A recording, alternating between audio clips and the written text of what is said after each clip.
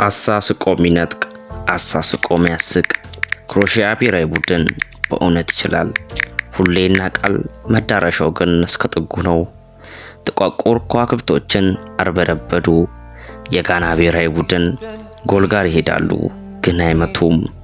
እግር አጥሯቸው ሳይሆን ክሮኤሺያዎች ስለቀደሙ ነው።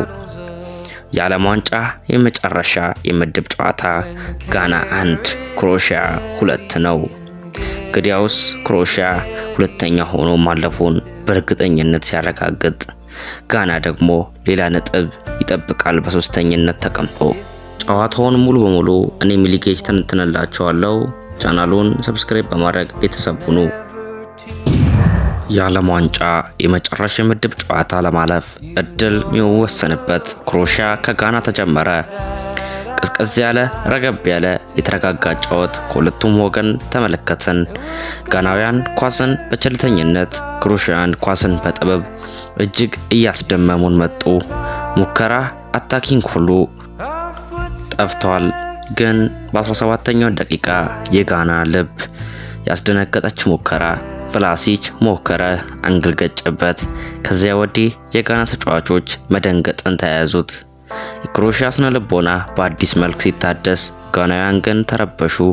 ኳስ በክሮኤሺያ እግር ስር አልጠፋ ብሏል። የጋና ተከላካዮች ኳስ ይይዛሉ፣ ከዛ ይሳሳታሉ። ክሮኤሺያ ኳስ ሲይዝ ይበላዋል። የውሃ እረፍትም ወጡ፣ ከውሃ እረፍትም ተመለሱ። ጋና ከክሮኤሺያ የክሮኤሺያ ማስጨነቅ በርትቷል። የጋና ተከላካዮችም ስህተት በእጅጉ በረታ። በ31ኛው ደቂቃም የጋና መረብ ተደፈረ። ሉካሰን ኳስ አገኘ። ትንሽ የክሮኤሺያ አጥቂዎች ሲያስጨንቁት ኳሱን ለቀቀው። ወዲያውም ፒተር ሱሺክ እግር ስር ገባች። ፒተር ሱሺክም ጠጋ ብሎ ሊመራ አልፈቀደም። በፔናልቲ ቦክስ ውጪ ጥግ በስር ለስር ለበረኛ እስኪከብደው ድረስ አድርጎ መታው። አስቆጠረም።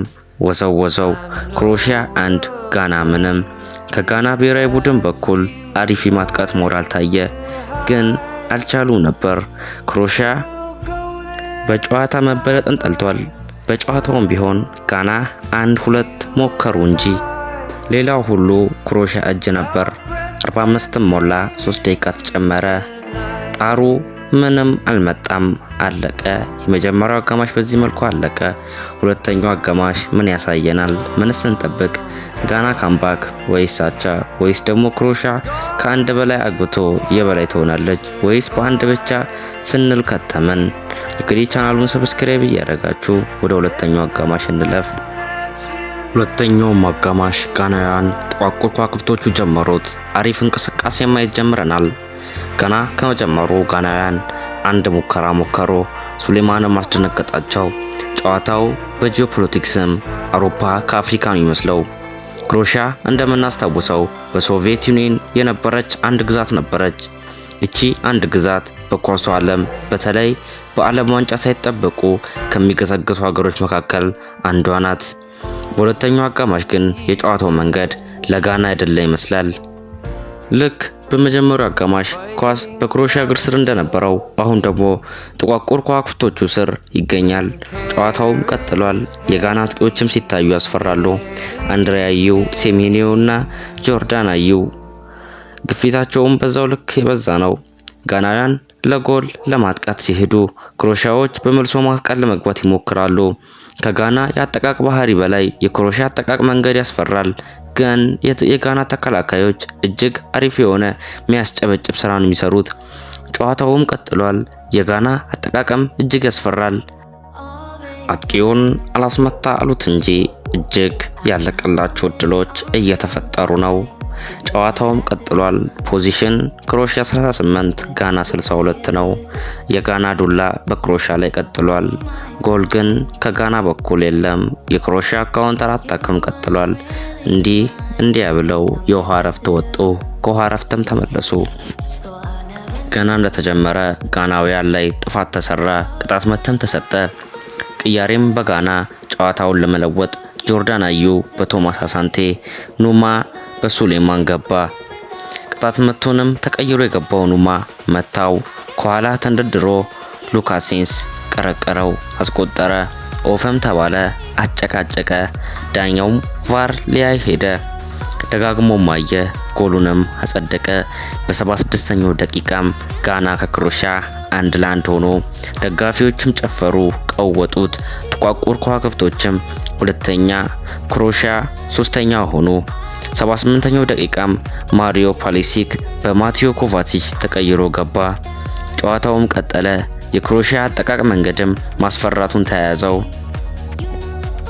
ክሮሺያዎች መገስገሱን ተያያዙት።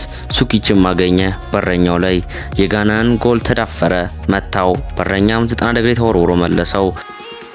ሚገርም ሴቭም ማሳየን። ኮርናም ለክሮሺያ ሆነ። ኮርናውም ሉካ ሞድሪች ተዘጋጀ፣ አሻማው። ቭላሲች ጭንቅላት ላይ ቁጭ አለ፣ ወደ ጎልም ጥግ ላይ ያስቆጠረ። የጋና ደስታም በ10 ደቂቃ ልዩነት ተዋጠ። የክሮሺያ ደጋፊዎችም ጆሯቸው ላይ አንባረቁባቸው።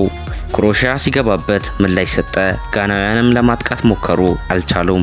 ቅያሬ በጋና በኩል ካሌብ ይንቲ ገባ፣ ኳሲ ሲባ ወጣ። ለውጥ ለማምጣት ይመስላል። ቅያሬን በክሮሺያ በኩል ለመከላከል ጊቫርዲዮልና ፓሊሲች ገቡ። ቭላሲችና ባቱሪና ወጡ። ጨዋታውም ቀጥሏል። 90 ሞላ፣ 7 ደቂቃ ተጨመረ። አንድም እንኳን ጋና በ7 ደቂቃ አላጠቃም። ይልቁን ክሮሺያ ኳሱ ሁሉ አምሮለት ነበር።